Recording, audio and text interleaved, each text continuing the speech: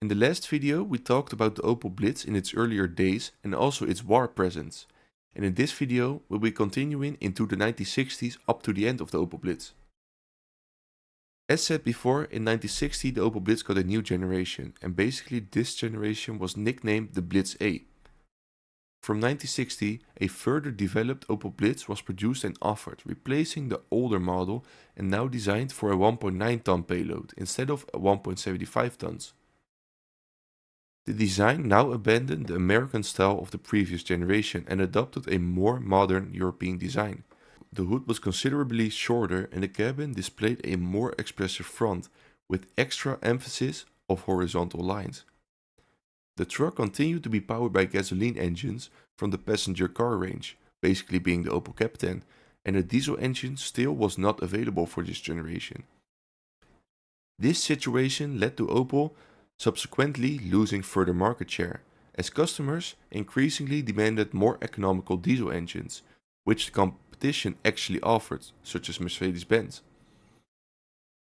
This generation, the engine increased by 0.1 liter, now giving the car 70 horsepower instead of 58, which was a great increase in power.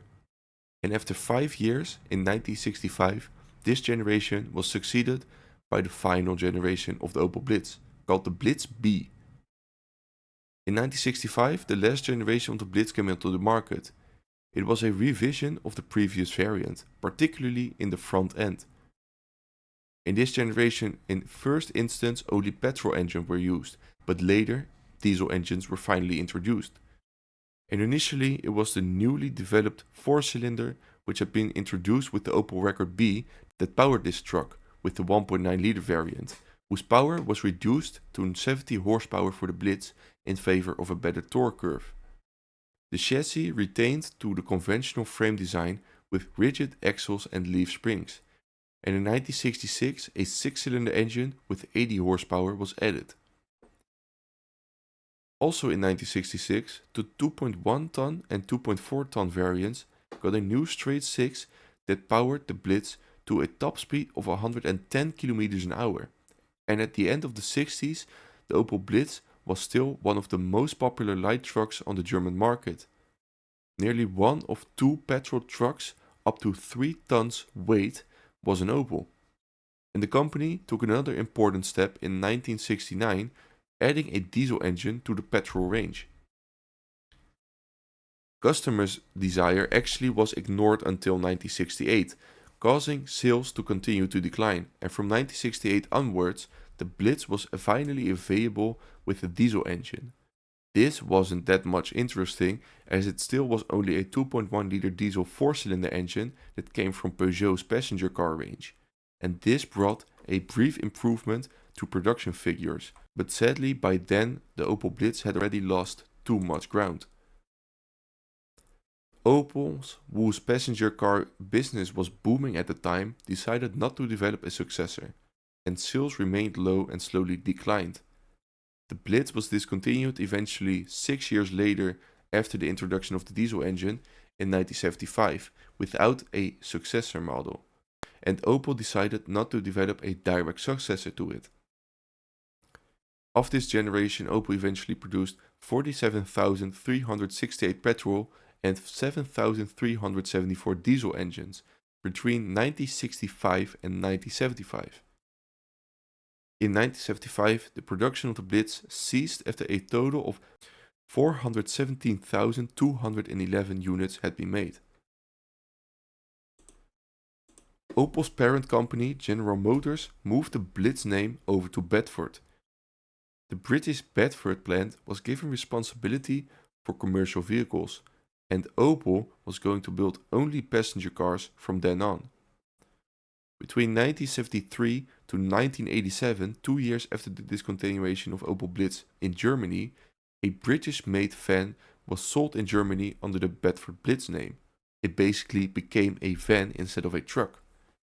However, its success remained modest, so the series was also discontinued 14 years after the introduction in 1987. The Blitzes were made mostly under the Bedford CF1 and CF2 name.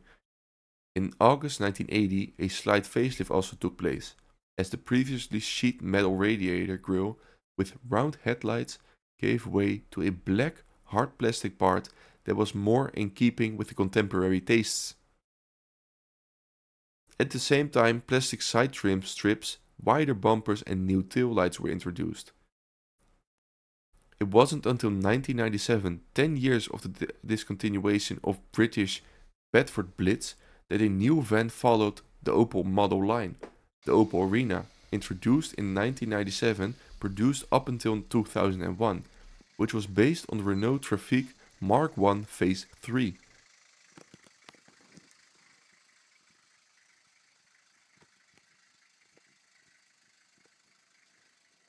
With the 1998 model introduced the Opel Movano, also built in France together with Renault yet again, but this time being based on the bigger Renault Master Mark II, basically being somewhat more comparable to the earlier Opel Blitz.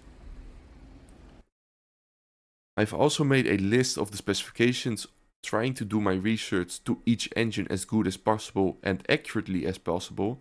However, it was kind of hard, so if I made any mistakes, please let me know. I did my best.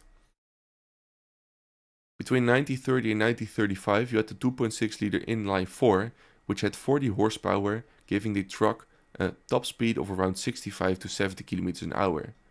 And with the tank capacity of around 55 to 60 liters, this would have given the truck a 240 to 280 km range. The truck an estimated fuel consumption of 19.6 to 25 liters per 100 kilometers. And of this truck, a few thousand models were made, but how many specifically were unclear. This engine basically was the less successful engine because many people chose the bigger 3.5 liter Marquette engine. You also had the 1934 to 1937 Opel 1-ton Snellastwagen, which basically was powered by the 1.3 liter inline 4 with 26 horsepower out of the Opel Olympia. And because this was much smaller with just a weight of 1300 kilograms, this also gave the truck a decent top speed of 75 kilometers an hour. Mostly being because of the length only being 4.70 meters long and 1.58 meters wide. Because of the smaller engine, also the tank capacity was a bit smaller with 50 liters, but still having a very good range of 400 kilometers because of the more efficient 1.3 liter 4-cylinder, giving the truck or the van a range of around 400 kilometers, having a fuel consumption of only 12.5 liters per 100 kilometers. And as you might have seen in the last video, very little of this basically is known, and even Wikipedia doesn't acknowledge this model. As far as I could find, this car or van basically was succeeded by the 1.5 ton in 1938. As said before, for this generation you also had the 3.5 Marquette, basically having 61 horsepower and having the highest top speed of 75 to 80 km an hour, which was impressive for the time. It had a tank capacity of 82 liters. This gave the truck a range between 372 to 410 kilometers, meaning that the truck had an average fuel consumption of 20 to 22 liters per 100 kilometers. And of the reached 25,000 production unit mark in 1937, most of these units were 3.5 liter engine powered. The generation after that, basically also leading into the Second World War, had a newly 3.6 liter inline 6 made by the Opel Admiral in first instance, having 68 to 75 horsepower, giving the truck a top speed of 85 km an hour for the 68 horsepower version and 85 to 90 for the 75 horsepower version. The overall production of this engine was 82,356 between 1937 and 1944. This basically was a very big 3.3 ton truck having the same tank capacity of 82 liters, giving the truck a range between 350 and 410 kilometers, meaning that the truck had an average fuel consumption of 20 to 23 liters per 100 kilometers. And basically, as said earlier, this had a 68 horsepower and 75 horsepower variant, and for vehicles made for the Wehrmacht, the engine was throttled for production to 68 horsepower, meaning that civilians only could get a 75 horsepower version, which eventually also would lead them to get a higher top speed. Most of the models in the war actually were the Blitz 6700As, and these were, as said before, 4x4s, also fitted with the 68 horsepower version, but this time actually being a 4-cylinder and not a 6-cylinder with the other 3.6 liter engines. This actually was because of the 4x4, giving the truck a lower top speed of 80 km an hour. Between 1940 and 1944, almost 25,000 units were made, 24,981 to be precise. This was a 3.1 ton truck, and because of the higher fuel consumption, it also had a bigger tank capacity of 92 liters, giving the truck a range between 307 and 408 kilometers, meaning that the truck had an actually very high fuel consumption of 22.5 to 30 liters per 100 kilometers. As said before, in the last part you also had a half-track version, this time being produced between 1942 and 1944, of which around 4,000 units had been built. It had a much lower top speed than the other 3.6 liter trucks and most likely had a much higher fuel consumption than the 4x4 6700A model variant. And the top speed was much lower at only 38 km an hour. And in my guess, the fuel consumption would actually be going to 40 to 50 liters per 100 kilometers. You also had the 2.5 liter engine inline 4 actually introduced in 1938, and this basically was Opel's Super 6 or Cap 10 engine, and this actually was a smaller 1.5 ton truck, giving the truck a top speed of 80 km an hour, having also a smaller tank capacity of 57 liters, while having a decent range of around 300 kilometers. Therefore, the average fuel consumption was around 19 liters per 100 kilometers, and this truck wasn't that much produced, as only 16,410 units were produced in total, of which around 10,000 units were made between 1940 and 1942. Other notable models with different wheelbases but basically the same engines were the 3.642, which had a 4.2 meter wheelbase, of which 14,122 units had been made between 1937 and 1944.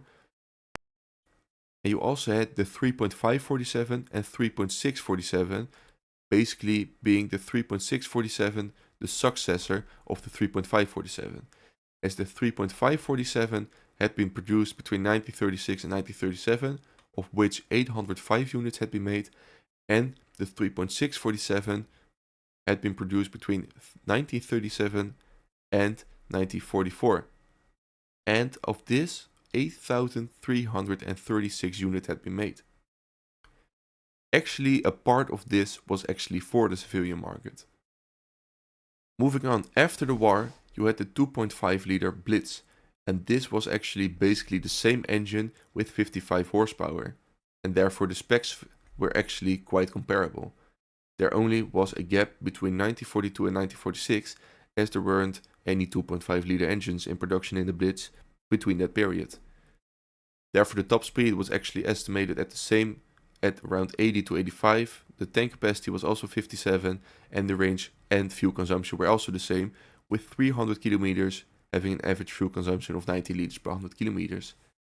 It wasn't until 1952 when actually updates came to the engine, as in 1952 up until 1960 the Blitz 2.5 1.75 tons was introduced with 58 horsepower, giving the truck a top speed of 95 to 98 km an hour. The tank capacity actually remained to be the same at 57 liters, but the range, because of the higher compression and more power, was a bit lower at 285 km an hour, now having an average fuel consumption of 20 liters per 100 kilometers. This generation actually was very successful, with 89,767 units made. It was succeeded by the Blitz A, which had a more European look, but also much more power, with 70 horsepower out of the same but a bit bigger 2.6 liter engine, basically also being available in the Cap 10, but also having a higher weight limit of 1.9 tons. This engine gave the truck a higher top speed of 100 km an hour, the same tank capacity of 57 liters, but yet again a worsened range of this time 270 to 275 kilometers, basically meaning that the fuel consumption was increased by yet again 1 liter per 100 kilometers.